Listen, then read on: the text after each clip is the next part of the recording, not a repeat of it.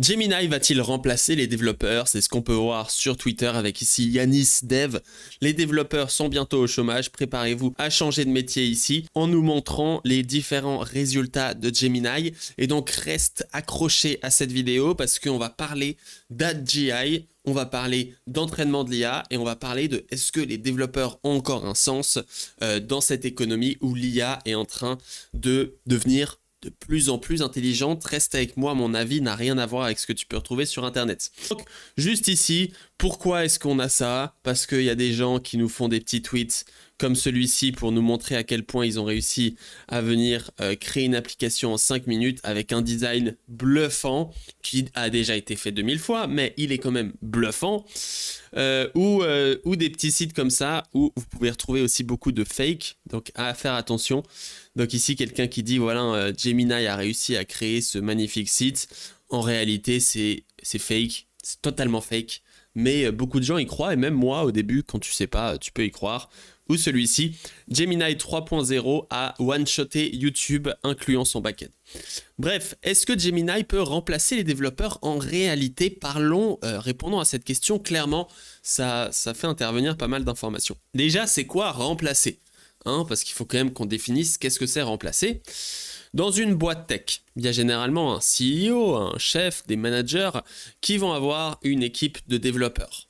Dans le cas où l'IA arriverait à remplacer les développeurs, on viendrait remplacer une équipe par exemple de 6 développeurs en une équipe de 1 développeur qui managerait 5 IA. À ce moment-là, en regardant ce qu'on a juste ici, on a bien remplacé les développeurs. Est-ce que ce cas-là est possible? Est-ce qu'on peut remplacer les IA, les humains par des IA? Comment est-ce qu'on peut faire ça? Pour ça, il faut que l'IA soit plus ou moins autonome, intelligente et donc qu'on atteigne une sorte d'AGI. Parce que si ces agents doivent être managés et promptés H24 par ce développeur, en fait, on ferait mieux d'avoir 6 développeurs qui ont chacun des IA. Donc, avec ce format-là, ce serait beaucoup plus intéressant que de virer les développeurs pour les remplacer par des IA. Parce que là, on serait bien plus productif. Pour qu'un développeur fasse le travail de 6 développeurs avec des IA, à ce moment-là, la seule solution, c'est que ces IA soient autonomes et soient capables de regarder ton software, par exemple ce software de dessin, et disent oui, bon voilà, en fait, ce trait, il faudrait rajouter des couleurs, ce serait plus intéressant, on va développer ça, voici comment faire, etc. etc. Alors effectivement, il faudra toujours un CEO, un manager, un chef de projet, mais est-ce qu'un chef de projet uniquement suffira? Pour ça, il faut qu'elle soit intelligente et il faut qu'on ait une forme d'AGI, qu'on s'atteigne de celui-ci. Qu'est-ce que c'est l'AGI? Ça veut dire beaucoup de choses, on en parlera juste après. Tu vois que j'ai préparé pas mal de sujets juste ici sur le potentiel AGI. Mais c'est une IA qui est généralement intelligente et capable de faire beaucoup de tâches, notamment la tâche de réfléchir à l'UX, de prendre les bonnes décisions. Est-ce qu'on doit faire ça côté front-end, côté back-end, etc. Parce que c'est ça le rôle de nos développeurs, que tu utilises l'IA ou non, un développeur aujourd'hui est toujours en train de réfléchir sur les différentes features. Et bon, on a tous peur de ça quand on voit Dimension YouTube qui nous montre le graphe de AGI où Gemini 3 et Gemini 3 Deepthink sont incroyablement élevés sur ce graphique. C'est-à-dire qu'ils ont atteint un score de 45% la première fois de ce qu'on a vu. Une AGI, dans le cas d'un développeur, elle devrait être capable de contrôler un produit. C'est-à-dire réussir à comprendre toutes les limitations et les tenants des aboutissements du produit. Elle devrait être capable d'apprendre de nouvelles compétences. Parce que s'il y a Next.js 16 qui arrive et que en fait toutes tes IA elles sont mortes et que tu es obligé d'aller engager 5 développeurs pour continuer à bosser, ça va pas être pratique. Il faut qu'ils apprennent de leurs erreurs. Donc un humain généralement, quand il déploie, par exemple, il va faire une erreur sur les databases qui fait qu'on arrive au connection limit et que la database crash, il va apprendre de ces erreurs-là, et la prochaine fois qu'il fait un truc en rapport avec des databases, il va généralement faire un peu plus attention à ceci. Et donc, il faut qu'elle prenne des décisions. Ce mot AGI, c'est un mot un peu bullshit qui a été popularisé par des Sam Altman qui nous dit « Je prédis que l'AI va surpasser l'intelligence humaine en 2030 ». Ou Sam Altman prédit que l'AGI va arriver avant 2030. Dans le cas où l'AGI arrive, théoriquement, si l'AGI est comme on le pense, elle remplacerait une équipe entière de développeurs sans problème. Maintenant, faut qu'on parle d'un truc. Quand on voit Sam Altman ou des investisseurs comme ça raconter des trucs comme ça sur Internet.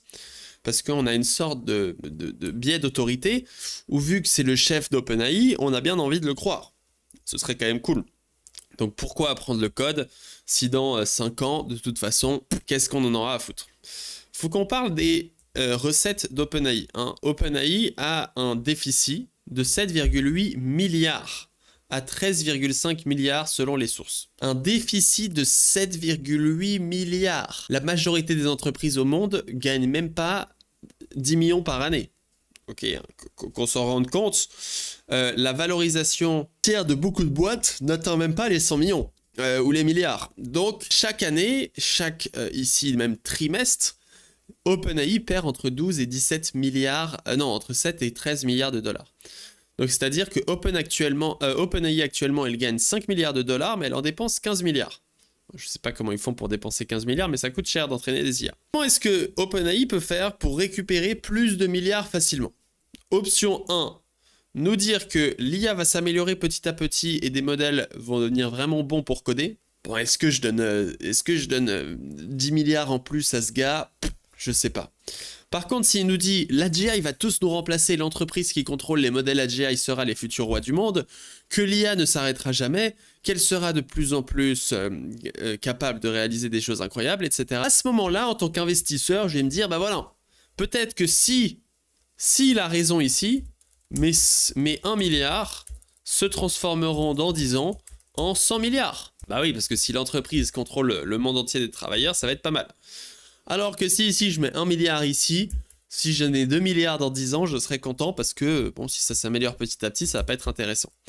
Donc premier point sur cette AGI qui, beaucoup d'experts veulent nous faire croire qu'elle va arriver, qu'elle est super intelligente, etc. et que c'est formidable. Faut mitiger toutes les informations que tu lis sur Internet, surtout quand c'est des PDG de grosses boîtes, Nvidia, Elon Musk et tout ça qui racontent ça. Parce qu'ils ont des incentives énormes à te dire que ça va arriver très vite. Mais en réalité, personnellement, si je peux te donner mon avis, je pense que je serai mort. Alors, j'espère pas que je vais mourir dans les prochaines années, mais si je vis jusqu'à 80 ans, je pense que je serai mort avant que l'AGI, comme on l'entend, arrive. Et je vais t'expliquer pourquoi après. Quand on regarde les modèles, jusqu'à maintenant, il n'y a pas eu de vraie évolution sur la manière de faire les modèles, je parle, depuis GPT-3.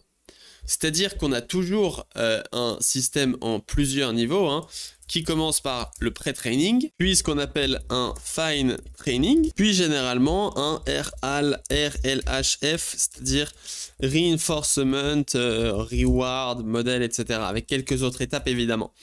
Ces modèles-là, entraînés sur des milliards de données, créent des modèles de langage qui, on en a déjà parlé, sont des modèles de prédiction de texte, principalement. Évidemment plus ou moins intelligents, qui ont de plus en plus d'informations dans leur mémoire, mais c'est de la prédiction de texte. Quand on regarde, on n'a pas eu de vraie évolution sur la manière de faire les modèles depuis GPT-3. Ça, c'est plutôt vrai. La différence, on a eu plusieurs grandes évolutions sur la manière d'utiliser et d'entraîner et de venir utiliser les capacités de ces modèles. La première chose, c'est l'utilisation des outils qui ont permis de les rendre beaucoup plus intelligents parce qu'ils sont capables d'interagir avec des éléments. Plus gros contexte, à l'époque on avait 8000 contextes, maintenant on en a beaucoup plus. Meilleur software et meilleure suite d'outils avec Cursor, Claude Code et tout ça. Mais c'est pas vraiment plus intelligent, à une différence que j'ai oublié d'ici créer, c'est la Chain of Thoughts ou Thinking Mode qui a amélioré l'intelligence. Mais en réalité, on n'a pas amélioré l'intelligence. À proprement parler, on a amélioré le raisonnement. C'est-à-dire que c'était l'équivalent de dire à GPT-3, entre guillemets, avant de répondre, réfléchis plusieurs fois. Et quand il te fait une réponse, tu lui dis vérifie STP et vérifie STP. Et tu lui fais ça 5-6 fois. Et au bout d'un moment, tu verras que même avec les pires modèles, ils finissent par te donner une bonne réponse, entre guillemets, parce que tu leur demandes de générer des tokens qui vont améliorer leur réflexion. Alors, je dis pas que c'est pas une amélioration notable et majeure et que c'est super, hein. C'est toujours super, tout est super, hein, mais On n'a pas eu d'amélioration concrètement sur l'intelligence. On a principalement eu des améliorations sur la quantité de données, qui a énormément amélioré sur GPT-3, et sur les méthodes qu'on utilise. Quand on regarde GPT 4.1, GPT 5, GPT 5.1, je suis désolé, mais c'est les mêmes modèles.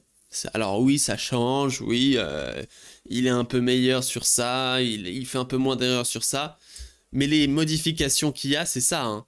C'est pas plus intelligent, c'est meilleur thinking, meilleur software, plus de contexte, utilisation d'outils, point. Quand on regarde Claude Sonnet 3.7, Claude Sonnet 4, Claude Sonnet 4.5, les mêmes modèles, juste, ils suivent mieux les instructions, ils utilisent mieux les outils et meilleure optimisation du contexte et surtout meilleur thinking, c'est-à-dire meilleur entraînement à réfléchir aux réponses aux questions. Quand je vois ça, je me dis que l'histoire de la GI d'OpenAI qui nous vend chaque modèle comme si c'était la révolution de l'année incroyablement suprême de la mort qui tue et qui nous crée des modèles qui consomment plus de tokens que n'importe quoi, j'y crois de moins en moins. Mais c'est même pas tout. On va aller plus loin. Maintenant, est-ce que Gemini est une révolution? Donc, pourquoi est-ce que Gemini est si bon à ses benchmarks? C'est la question que je me suis posée. Je me suis dit, comment est-ce qu'il fait d'autant bons résultats? Le Arc AGI, ici à 31% contre 17%, 4,5, 13,6, c'est quand même assez formidable. On va pas se mentir. Alors, apparemment, de ce que Gemini m'a dit, il a quelques différences. Il a une architecture Sparse Mixture of Experts. L'avantage, c'est que quand on a énormément de paramètres, il va avoir tendance à se perdre. Et cette architecture, elle va venir utiliser les bons réseaux de neurones pour éviter de venir se perdre dans le contexte, comme on peut le voir juste ici. Ensuite, il y a le Deep Thinking, donc les chaînes de pensée. On l'a déjà vu avec le Thinking Level High, blablabla. Entraînement multimodal, c'est-à-dire qu'il est nourri d'images, de vidéos, d'audio et de code et pas seulement de texte, donc il voit et entend. Et données synthétiques, donc des modèles spécialisés comme les versions précédentes de Gemini, ont généré des problèmes complexes et leur résolution pour entraîner des Gemini 3 avec du RLAF, Reinforcement Learning from AI Feedback. Donc c'est, en plus du feedback humain, Gemini a été affiné par des critiques IA. Un autre modèle évalue les réponses de Gemini, vérifie la logique et le punit ou récompense lors de l'entraînement, etc. Et capacité agentique, donc ici SWE Bench, Gemini 3 a été utilisé pour mieux comprendre l'utilisation des outils. Résultat, avec tout ça, c'est intéressant, c'est bien, mais c'est toujours un LLM. Qui a comme seule tâche de prédire le prochain token. Il n'apprend rien de nouveau, il ne prend toujours pas de décision, et il n'apprend pas de ses erreurs. C'est un modèle figé dans le temps, qui est entraîné une fois, qui permet de générer des textes, des jolies landing pages, mais ça s'arrête là. Qu'on comprenne bien le concept. Hein. Maintenant, on va parler d'une vidéo qui s'appelle The AI Scaling Problem, qui est une super vidéo que je vous invite à regarder, que vous pouvez retrouver juste ici, qui parle de pourquoi est-ce qu'on a peu de chances d'arriver à une AGI comme ceci. Hein. Ça parle justement de cette AGI et j'ai trouvé ça très intéressant par un expert. Donc, je ne vais pas te mettre le résumé de la vidéo que j'ai réussi à trouver rapidement ici. Problème pour arriver à l'AGI. On a vu que pour avoir une AGI, il faut qu'elle réussisse à apprendre toute seule, sans avoir besoin de manger des énormes quantités de données. C'est-à-dire que ici, ce qu'il nous dit, c'est qu'un humain, en vieillissant, il peut devenir super intelligent même sans utiliser Internet, alors qu'un LLM a besoin d'avoir énormément de données. Un des 3 problèmes pour arriver à la GI. Pas d'apprentissage continu. L'IA n'apprend pas. Et là, il y a des gens qui disent, oui, l'IA peut apprendre en donnant des milliers d'exemples, mais si, imagine-toi que je te dis, ouais, vas-y, apprends-moi à faire un gâteau au chocolat. Et que tu n'arrives pas. Et que tu me dis, ouais, pour apprendre un gâteau au chocolat, j'ai besoin de voir 1 million de personnes faire un gâteau au chocolat. C'est pas un apprentissage continu. C'est un apprentissage de niquer. Enfin, c'est un apprentissage qui est pas viable. Parce que si tu as besoin de voir 1 million de personnes faire un gâteau au chocolat pour toi être capable de faire un gâteau au chocolat, bah j'en ai rien à foutre. Tu peux pas apprendre des milliards de choses continuellement en fonction de ce que tu fais, parce qu'un apprentissage continu va se faire avec des petites briques d'information. Donc il peut apprendre uniquement avec des millions d'exemples, il peut pas apprendre avec l'expérience, aucun modèle le fait. il y a des contre-exemples. Il y a des gens qui diront, oui, il y a le fine-tuning. Alors, le fine-tuning, c'est très limité, c'est pas infini, et il faut toujours beaucoup de données et d'exemples pour avoir des très bons résultats. Et le context learning, c'est limité au contexte. Alors oui, si je lui donne 20 exemples dans le contexte de comment faire un gâteau au chocolat, il va réussir à m'expliquer comment faire un gâteau au chocolat plutôt bien. Mais c'est pas viable du tout. Parce que si moi j'ai une IA qui remplace mon équipe de 10 développeurs, et que je dois ajouter un contexte, chaque fois qu'il fait une erreur, je dois le rajouter en contexte, rajouter en contexte, rajouter en contexte, bah je vais pas te mentir qu'au bout d'un moment, le contexte est finito buemo. Et tu fais plus rien avec ton IA. Plus rien. Deuxième problème, impossible d'apprendre via des expériences. Donc c'est un peu déjà ce qu'on a vu, c'est que pour apprendre, on apprend sur des milliards de données. Pas facile d'apprendre sur des petites expériences, et surtout, le problème de ce point à préciser, c'est que les LLM se ressemblent tous. C'est-à-dire qu'ils ont été entraînés sur des millions de données d'Internet qui sont tous similaires. Or, quand je regarde la différence entre ma vie et ta vie, on n'a pas les mêmes chemins, on a des opinions différentes, on a des créativités différentes, on a des informations différentes, on va faire les choses différentes.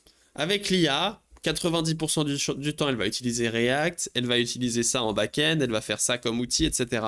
Une équipe de développeurs fonctionne parce que chacun est différent, chacun vient challenger l'autre durant des sessions de ticketing, etc., qui vont permettre de venir créer un software robuste qui mélange l'expérience de plein d'humains ensemble. Si tu fais un software avec une IA, ça va être un software fade, sans expérience, sans vie.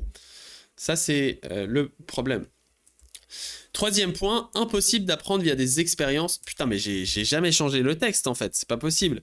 Ici, ça s'appelle scaling problem. Troisième problème, c'est que on a besoin pour rendre les meilleurs résultats, ici, de plus de compute. On sait mathématiquement que si on met plus de CPU qui travaillent comme des acharnés toute la journée pour faire ton modèle, il va être plus intelligent. Ça scale uniquement avec du compute et une énorme quantité de data. Si tu ne renouvelles pas tes data avec des meilleures data et énormément de compute, tu n'as pas un modèle qui apprend. Or, c'est impossible d'entraîner l'IA sur des petites quantités de données. Si tu as envie de créer ton modèle super spécialisé de la mort qui tue qui va devenir remplacer ton équipe de 20 développeurs, tu vas vouloir l'entraîner sur ton software, sur ton code, et il va être incapable de comprendre et d'être entraîné sur ton code. Et donc à ce moment-là, on a notre troisième problème qui fait que la GI a très peu de chances d'arriver. Tous ces problèmes-là, mélangés au fait que les modèles ne sont pas forcément plus intelligents, font que ça va être très compliqué pour une entreprise de remplacer ses devs par des IA, peu importe ce que les grandes startups disent. Ce qui est vrai, par contre, c'est que on a moins besoin de devs. Si chaque dev est capable d'utiliser 2 IA, et donc de coder beaucoup plus vite et d'être beaucoup plus efficace, on est d'accord pour dire que peut-être qu'à la place de 6 devs, on n'en a que besoin de 3 ou 4. Donc on a réduit la charge de X ou Y dev. Ça, c'est vrai. Ce qui est aussi vrai, c'est que non seulement on va pouvoir faire plus de choses comme ceci, mais si on garde nos 6 devs, on va pouvoir réaliser des features beaucoup plus rapidement. Et donc en fait, supprimer des devs pour garder la même vélocité, c'est pas forcément intéressant si tu as le budget que d'engager les devs pour augmenter ta vélocité. C'est QFD. Deuxième point à prendre en compte, c'est l'émergence de software. On a des milliers, des millions de software qui existent maintenant grâce à l'IA. Et oui, l'IA en fait a démultiplié les possibilités. Et donc, pour chacune de ces possibilités, il faut des développeurs qui savent utiliser l'IA, qui savent utiliser l'IA pour coder, mais aussi l'IA en tant qu'API pour venir créer des applications complexes. Donc ça, évidemment, c'est l'étape ultime. C'est que maintenant, typiquement, on a des experts docteurs speech-to-text que tu peux faire pour tous les pays du monde. Tu as des avocats assistants pour tous les pays du monde. Et donc, en fait, chaque pays peut avoir son propre software, etc. Et ça va créer énormément de jobs, énormément de besoins de dev. Plus il y a de software, plus il y a besoin de maintenir des softwares, plus il y a besoin de dev, etc. Et je sais que des gens vont me dire « Mais Melvin, quand on regarde Indeed, Tech, Job, US. On arrive à ce graphique juste ici qui est vraiment pas super cool. Donc quand on regarde le nombre de jobs qui a été posté aux US comme ceci. Ce qu'il faut comprendre sur ce graphique, par rapport à ce schéma, il est déjà assez étrange. Et j'ai découvert ça il n'y a pas longtemps et j'ai envie de te le partager dans cette vidéo pour aussi parler de ce graphique qui peut faire peur aux gens, évidemment. Et que ce graphique est sur un index. C'est pas un nombre de jobs, c'est un index. Donc en fait ici, on s'est parti sur 2020, juste ici. Donc en 2019 d'ailleurs, je sais pas, 2020, non ça doit être 2020, où on a dit, bah voilà, le nombre de jobs en 2020 c'est égal à 100. Et cette énorme vague ici, c'est juste la vague du Covid qui a fait qu'on avait énormément besoin de tech. Et ensuite, on a retrouvé une allure normale. Et depuis 2023, on n'a pas un nombre de jobs anormalement sous-évalué, dans le sens que je veux dire ici, c'est qu'on a juste le même nombre de jobs qu'en 2020. Ce qui est pas cool, parce qu'on aimerait bien voir le nombre de jobs augmenter, mais ce qui est pas dramatique, et ce qu'il faut mitiger avec ce truc où on a l'impression qu'il n'y a plus aucun job. Non, il y a le même nombre de jobs qu'en 2020. Et quand on s'intéresse au market des développeurs en 2020... Petite pause pour te dire qu'en allant sur le lien mlv.sh/ai, tu peux accéder à une masterclass gratuite Claude Code, mais pas que.